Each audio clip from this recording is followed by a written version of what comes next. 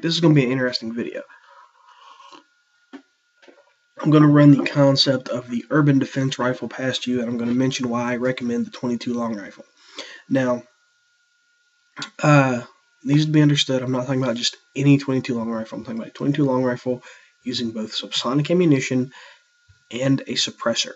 A suppressor helps to trap the gases that are released when the explosive charge in the bullet is detonated and propels the round down the barrel. This makes it the weapon quieter, not such a loud bang from the sudden release of those gases. More importantly, subsonic ammunition prevents the round from making that small crack when it goes supersonic, thereby reducing the pop and effect down to a very inaudible sound. Now, I want to explain something here. The idea that I'm working with was based off the fact that somebody who had received a book I had written, namely Shadowhunter, which is a Black Dragon Ninjutsu sniper manual. Yes, ninja snipers. Asked me a question concerning the whole situation with my recommendation of the .22 long rifle. I had listed different rifles in there anyways. And what it basically came down to is this. I talked about the idea of using mission-specific weapons. Okay. For those of you who are unfamiliar, ninja snipers have been around for hundreds of years. They were there in the feudal era when ninjutsu was at its highest degree of operation during the golden age of ninjutsu. Now, many of these snipers were known as what would be considered ninpei. These were shinobi soldiers, scouts, and skirmish forces who used Inen camouflage and concealment techniques of ninjutsu to perform guerrilla raids in small teams and pretty much move around the battlefield as scouts to locate enemy positions. Now, they're the modern equivalent of commandos in light infantry. And now, that being said, on where the book came from and how this got in there, and my shameless plug, I know.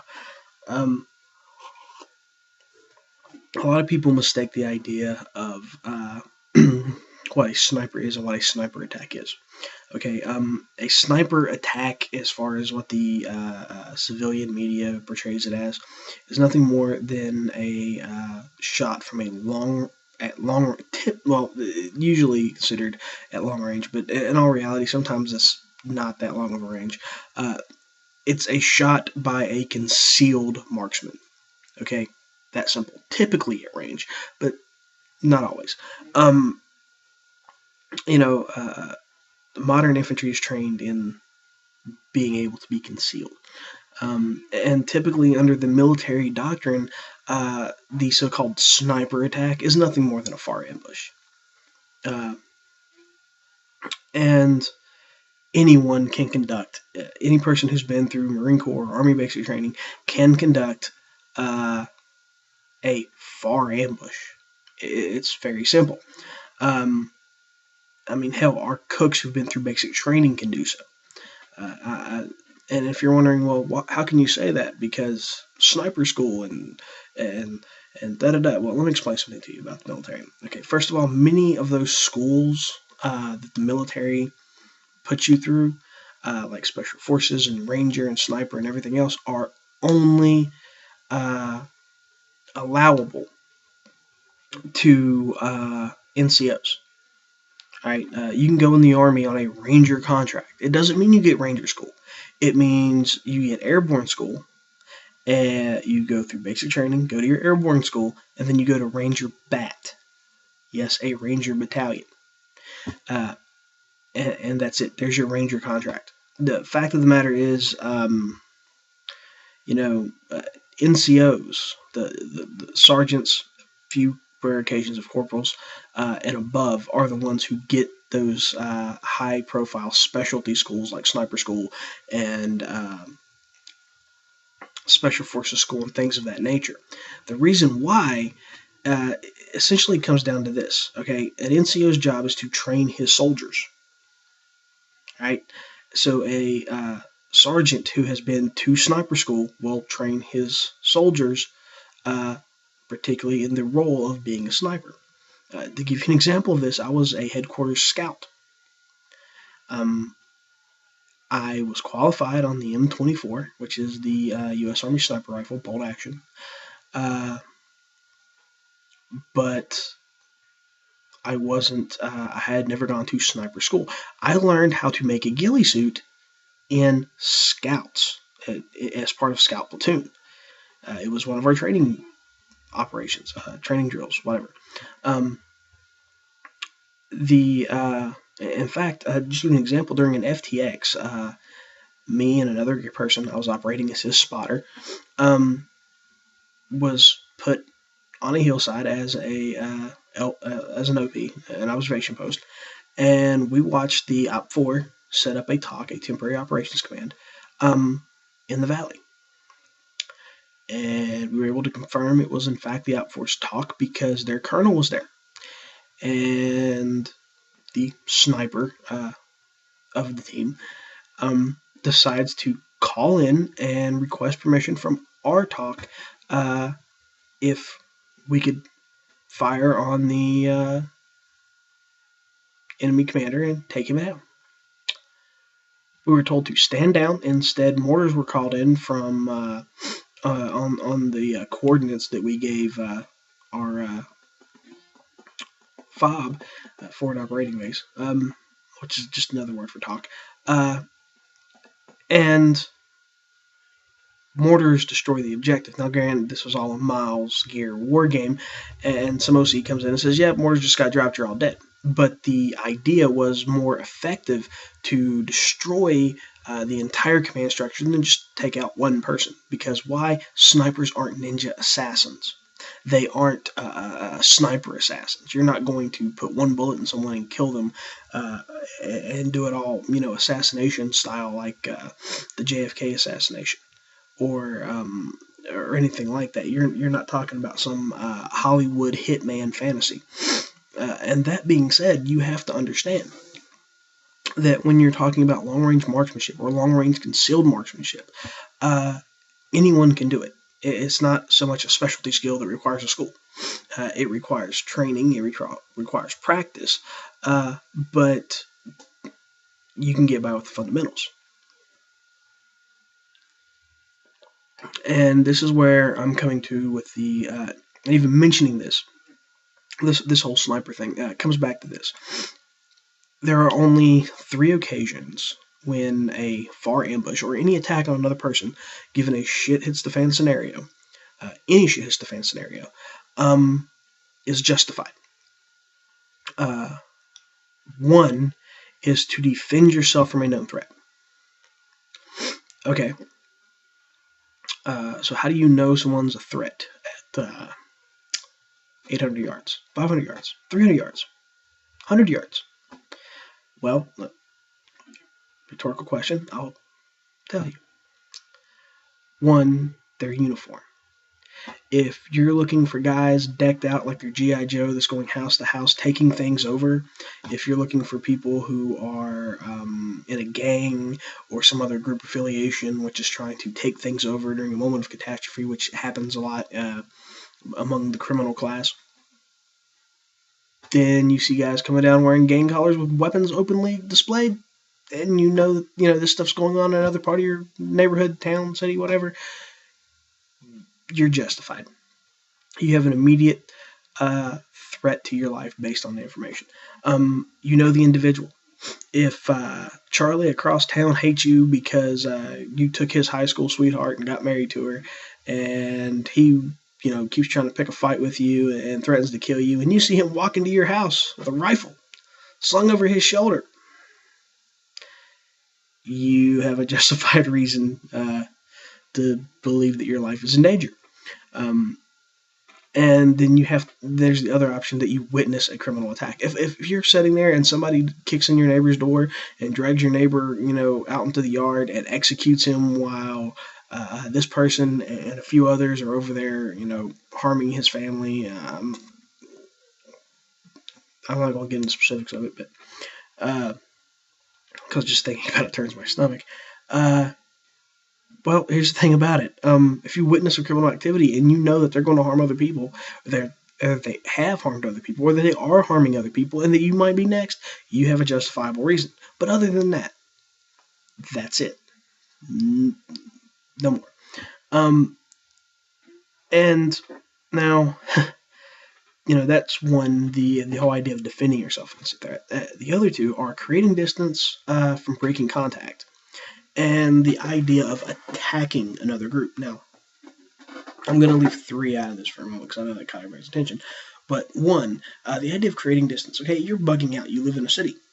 Notice I said urban defense rifle. Suburbs can be included in this too.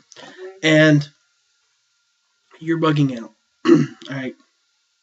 You got your bob on. You have your. This is where I suggest a breakdown 22 long rifle. You can stuff in the back, and you have a handgun.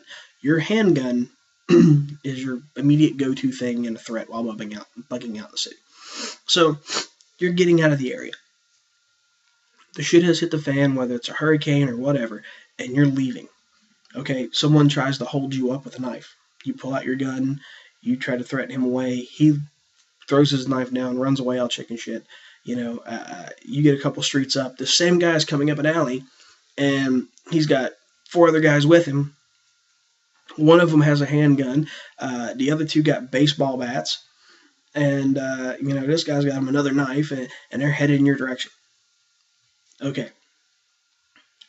Criteria met. Incidentally. Guess what? You're justified. They're coming up to you. You're telling them to keep their distance. They keep advancing. You open up with the handgun. They run for cover. You run for cover. Drop the bob. Pop out your 22. Slap it. Break down 22. Slap it together as quickly as you can, preferably while getting distance. And you reach a point to where you want these guys out of your way. So you're opening fire from a distance. And every time you shoot at them, and every time they duck behind a dumpster, or in a doorway, or behind a car, you're running up another side street. You're taking another way around. You're cutting a different direction, all for the purpose of breaking contact, of keeping them from being able to directly confront and come at you. That's what you're wanting to do. In that response to 2, yeah, long-range shooting is justified. In 3, the idea of attacking another person or another group, of going out and engaging someone, has to be based on the fact that they are a known threat, that they have used violence against you or others or something like that. In the case I gave, seeing somebody attacking my neighbor. If I see this go down and I decide to aid, I'm not going to be doing it for my doorstep, for one. But in that case, when these guys pull out, they break contact, and they head home, I'm going to want to follow them. If I deem that they're a threat to me because of what they've done to my neighbors, and that there's still a threat out there in case something gets done or doesn't get done, I'm going to remove them. Hey, it's without rule of law. I can do what the fuck I want, right? Well, except for when they reestablish rule of law, in which case I got to answer for my crimes. If I go in the court and I say, hey, these guys killed my neighbor and raped his wife and kidnapped his daughter, and I went after him. We didn't have police, and the National Guard wasn't there, and there was no one to protect us, and I took it upon myself to do so. If I'm the bad guy, cool, fuck off. I did what I thought it was right, and I'm going to leave it at that. If I get jail time for it, whatever. But that's the reality.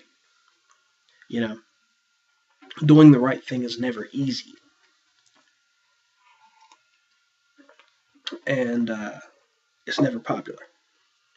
Now, in the idea of using a 22 long rifle, here's the thing about it, right? When you're dealing with your little strawman argument of the 5 thugs coming at you and you're wanting to put rounds down, you don't want to be visible. Ideally, the whole idea of keeping your rifle in your pack was to be invisible. So while you're trying to break contact, you don't want these guys to know where your position is. You want to hide it as best you can. And for that, you want the suppressor. to reduce the bang. You want the subsonic ammo to prevent that crack. You don't want them to have as much noise or flash and be able to identify your location. You want to be able to hit them, keep their heads ducked down behind cover, and get the hell out of Dodge. Now, as I'm talking about this, I'm actually thinking through my mind the idea of using certain individual tactics that I've picked up over the years. One of which is the idea of retreating fire. You know, most people aren't aware of this because this isn't really taught anymore. I don't know if it's ever been taught, really, to be honest with you. But I've heard of people in certain situations laying down suppressive fire on a objective and walking backwards away from it to a point of cover so they can get to where they got to go, tactically reload, start laying down suppressive fire again, and then move to another point of cover. Because while you're doing that, you're keeping the other guy's heads down, and you're leaving. Now, of course, when you're doing this, your firing schedule, I guess you would say, your firing rate is basically bang bang 1/1000, bang bang 1/1000, just in time for them to get their heads up. They put their heads up during the bang bang, they're shot. They put their heads up just in time for the 1/1000 spot, they're ducking again because you're shooting again. But in that case, the controlled element of being able to put rounds reasonably close to their location is what you're looking at to give you that distance.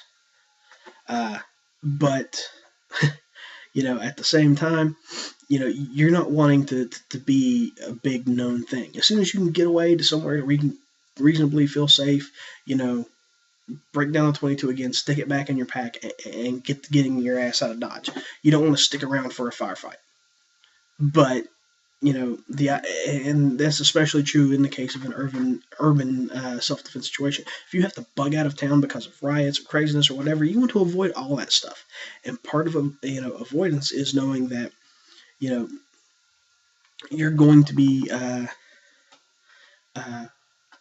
trying to create as much distance between you and trouble as possible. This probably should be a good subject for another video, but I think shows like Doomsday Preppers have actually put a lot of preppers and survivalists in danger from being attacked by certain groups of people, especially the criminal element, within a shit hits the fan scenario that you have had some sort of catastrophic event or society breakdown at some point. And for that, I think it's going to make bugging out a lot harder. But that's a neither here nor there issue.